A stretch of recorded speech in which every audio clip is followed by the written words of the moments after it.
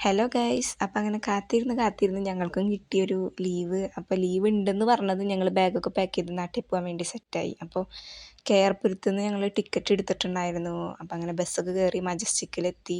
പിന്നെ അവിടെ നിന്ന് മെട്രോ വഴി കെയർപുരം പോകാമെന്ന് ഞങ്ങൾ വിചാരിച്ചത്. അപ്പം അങ്ങനെ മെട്രോ സ്റ്റേഷനെത്തി, മെട്രോ കയറി. അങ്ങനെ ഞങ്ങൾ ഒരു 6:30 ആയപ്പോഴത്തേക്കും കെയർപുരത്തെത്തി.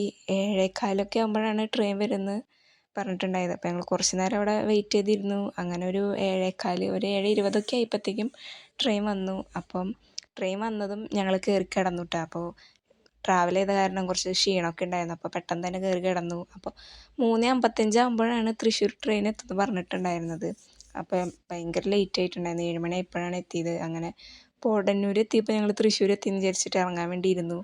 പിന്നെ നോക്കിയപ്പോഴാണ് എത്തിയിട്ടില്ല എന്ന് മനസ്സിലായി. അങ്ങനെ ഒരു 7 മണിയായപ്പോൾ തൃശ്ശൂർ എത്തി. പിന്നെ അവിടെ നിന്ന് വടക്കേ സ്റ്റാൻഡിൽ പോയിട്ട് പിന്നെ ബസ് കയറി വീട്ടിൽ പോയി.